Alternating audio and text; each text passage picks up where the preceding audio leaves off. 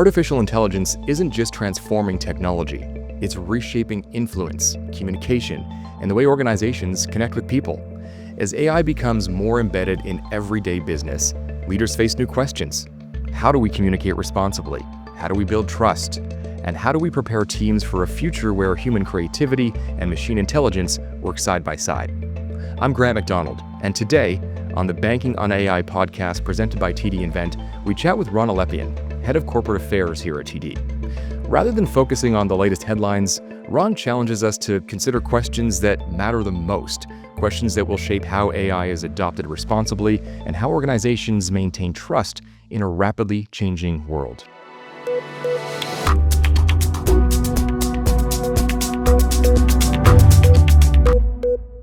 Ron, listen, thanks so much for being here. I'm really excited about the conversation we're going to have. I think a lot of people watching and listening are very curious about your take on things.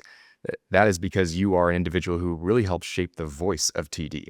I'm curious how yourself and your team are looking at what that means as we bring in artificial intelligence. Well, first off, thanks for having me here. I've been around for a while, and I've seen a variety of different changes take place in our industry and in our profession. I've seen the internet really take hold. I've seen social media take hold. I've seen all kinds of digitization happen.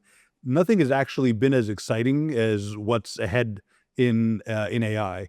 And as we adopt AI and as we start using it more and more, I think the opportunities are just massive. And I'll just give you a simple example. A lot of what we do is we try and figure out our story, and then we take it out into the marketplace, and we use focus groups, and we test messages, and we do a variety of different things to see if it resonates and to see if it's actually having the impact. AI is going to, over time, allow us to do that testing before we say anything externally. So it's not that it's actually going to do our job, but it's going to kill hours and weeks of testing in the marketplace before we go live with a message. So we actually have a better sense of whether or not our message is resonating even before it goes out. It just makes us better at what we do. And that's about as exciting a thing as you can do, right? A piece of technology that makes you better. And that's how I look at AI. You wrote an article for Forbes on this, about AI in the workplace. And you essentially said, it is helping to reshape or rewrite influence as a whole. What does that kind of mean to you? Yeah, so the main reason I wrote the article in Forbes is because there's a number of barriers to AI hitting its full potential, right? And the first barrier is that people are a little bit worried, right? They're worried about what it's going to do. They're worried about what it's going to mean for them personally. And we got to get over that stigma. So when I say things like it's going to reshape the way we think about influence and the way we influence, part of it is what I just said a moment ago in terms of message testing. Part of it is that we're going to be able to listen way, way better at what's taking place. Part of it is because we're going to take our judgment and our knowledge, but use AI to produce better content. So it's one part that is going to change the way influence is seen or the way influence is exerted. But the real part that I'm trying to convince, people who work on my team, people inside the bank, people across society is, you always fear what you don't understand. And we've got to stop worrying and start embracing, in a very responsible way, obviously, so that we get more and more familiar with it. We start testing it. And like anything else in life, as you start to understand it, you become more familiar with it, and then it starts to become a positive versus a negative. And I think the negative is really around the fact that we don't understand it. Well, I mean, you're right in terms of you fear the unknown. And in that article as well, you talk about the question that you always get. And you say, well, let's reframe that. That's not the right question you're asking. And it's always, always, always about jobs. What does this look like for the marketplace? What's your approach to that? You touched on it briefly in terms of shifting your mindset, but where do you go when you get that question? Because I'm sure you always do. Well, can you think of a technological evolution that hasn't led to that question at some point? Right? Blacksmiths were worried about their jobs when they had the automobile, right? Drivers and truck drivers got worried about their jobs as, more things were being transported by airplanes. Technology accelerated a bunch of things. Once upon a time, it took a chalkboard and hours to be able to do a calculation that can be done in a press of a button right now. But the workforce has never been bigger. And the opportunities out there have never been bigger. Everybody doesn't have to get into machine learning and become an AI scientist. Like, that's not the goal. I'm certainly never going to be able to do what some of our experts inside the bank can do. But we do all need to be users. Because if you fast forward a couple of years, using AI is going to be like, do you know how to go online and search for something? Do you know how to send an email? Do you know how to turn on a laptop? Do you know how to use an iPhone to go online? It's like you never even think about that today. And I have a feeling it's going to get to that at some point down the line. So I want people to embrace it today, because it's not about whether or not AI is going to replace you. It's about whether or not AI is going to allow you to be better. And there's going to be some people that are going to use it to be better at their jobs, and there are going to be some people that are over time going to get left behind. And they're the ones who are going to have to get reskilled and find new opportunities.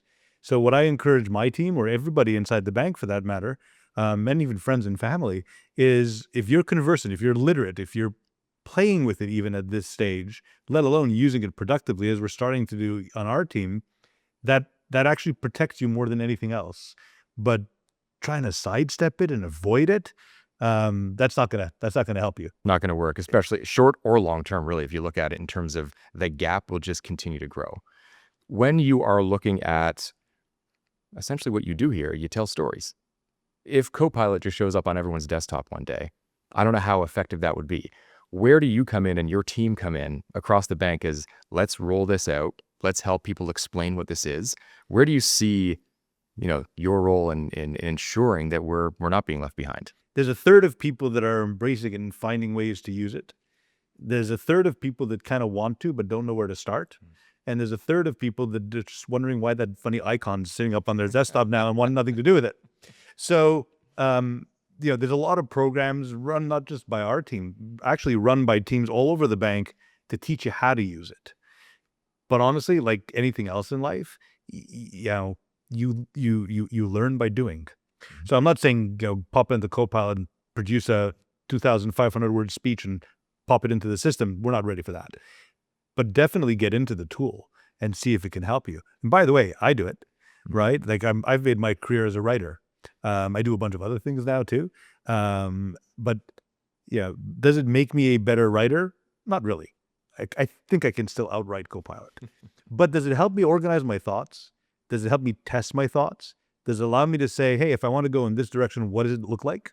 Absolutely. So the kinds of things that would be hours of trial and error before you write something that's really interesting and persuasive, I can get done in a few minutes now by testing it. So, I encourage everybody to just start using it. Like Copilot's not the dangerous AI. It's actually think about it like it's a work tool. I think the biggest thing that we're going to do in our team is tell the stories of people that are using AI in their day-to-day lives and how it's allowing them to be more efficient, work faster, and perhaps even work better.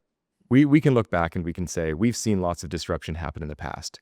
When you look at the parallels of the internet and now AI, what are some of those lessons that we saw, and what are lessons that we can learn maybe this time around, even though they're not identical?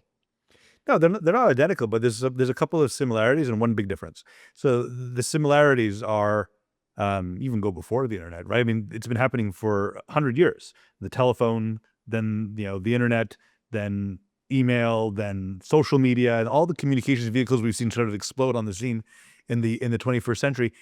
Each one of them transformed the economy, right? Each one of them transformed product. AI is going to do that. It's going to do it faster than we've ever seen before. And the big difference is going to be that it's going to change the way we work. I mean, yeah, the internet changed the way we work and email changed the way we work, but this fundamentally will change the way we work. And for example, in our world where we're storytellers and we're writers and we're strategists and we do that kind of stuff, it's not that we are going to stop being writers. It's that we're going to have AI come in and join with us. It's that connection between human and machine coming together to be even better. And what's going to be different is that it's not ultimately, when it gets there, it's not going to be about people using AI or about AI doing something different. It's going to be these two things coming together very, very quickly and making everything either better or worse. Right. And the idea is, it is simpler, it is faster. And when you're looking at, let's call it AI literate, like what comes to mind for you when you're saying AI literate? I'm sure it's like it changes to a certain degree, but to your point earlier, like you're not a software engineer. I'm certainly not a software engineer. I will never be one, but I think I'm getting there when it comes to AI literacy. What does that look like you across the bank? I think the most important word that I would sort of use to answer your question, I think, is curiosity. Like, we need, as professionals, I actually think that curiosity is the difference between success and stagnating. If you're curious about it, even if you're not using it, if you're learning about it, if you're reading about it, then ultimately start testing it. And if you're interested in figuring things out and understanding this new evolving technology, well, evolving, I mean, it's exploding onto the scene, frankly. And you bring that sort of curious mindset to it, that's going to make all the difference in terms of how it's adopted, in terms of how it's used, in terms of how people feel about it. It's all going to be different, because that's going to be the, at the beginning I said, you fear what you don't understand. That's what's going to drive people to understanding what it can do for them. And you talked about it earlier as well in terms of disruption. We've been around long enough where we know how the internet kind of started. When you're looking at those parallels, to your point, this is beyond acceleration. It is one of the fastest moving things I have ever seen in my life. What are you expecting that could be some of those parallels that we see, and what did you kind of learn along the way as communication tactics changed? Well, I mean, speed is absolutely something that I've not seen before. And as I said, I've been through a variety of different, what we thought were revolutions, but were just natural evolutions of what's taking place in the world. But I think that we can't get into that mindset of I'm a user, I'm not a user, right? Like, that's not, it's like saying I like the internet, I don't like the internet, I use a phone, I don't use a phone. We got to cross that threshold where AI is just part of what we do. We recognize that it's in the products that we're using, especially digital products, that it's out there. But I think that I'll give you a funny example of how we better get there, right? So my daughter was looking for me to buy her an AirPod. She's 15, which by definition means it's only going to last for a week, right? It's going to get lost within a week. But she sent me the most eloquent email explaining the value it would give her in school and in life. And I flipped it to my wife and I said, that was pretty impressive, as you just emailed me back saying AI. Like, you can't be that. So there's going to be people who win in, and that was actually the moment about a year or so ago where I said, I have got to get on top of this stuff. A, because I don't want to be more outsmarted than I already am as a parent, but B, because it's going to be that important. There's a whole generation coming that's going to be native. But we talked about digital native, but there's going to be AI native. So I want us to get to the point where we just recognize that that's where the world is, and we don't wonder about whether or not the world is going to get there, because it's actually getting there. Ron, people look to you in terms of career advice, what we might see coming down the road.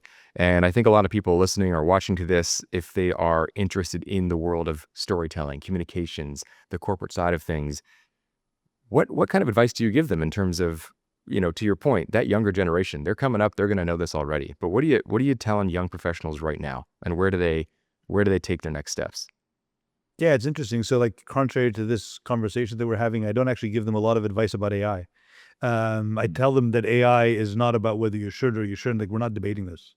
Like, learn it, understand it, and figure it out. But what I tell people is, as much as we think that artificial intelligence can think like humans, I don't know when that's going to happen, but it's nowhere near the near term, midterm, even the long term that I can see. Focus on critical thinking. Focus on mastery of your craft. Focus on being persuasive, on understanding what that means. Focus on your audience. Do all of the things that you need to do to be an exceptional communicator, a strong storyteller, a strong marketer. You've got to continue to do all of those things.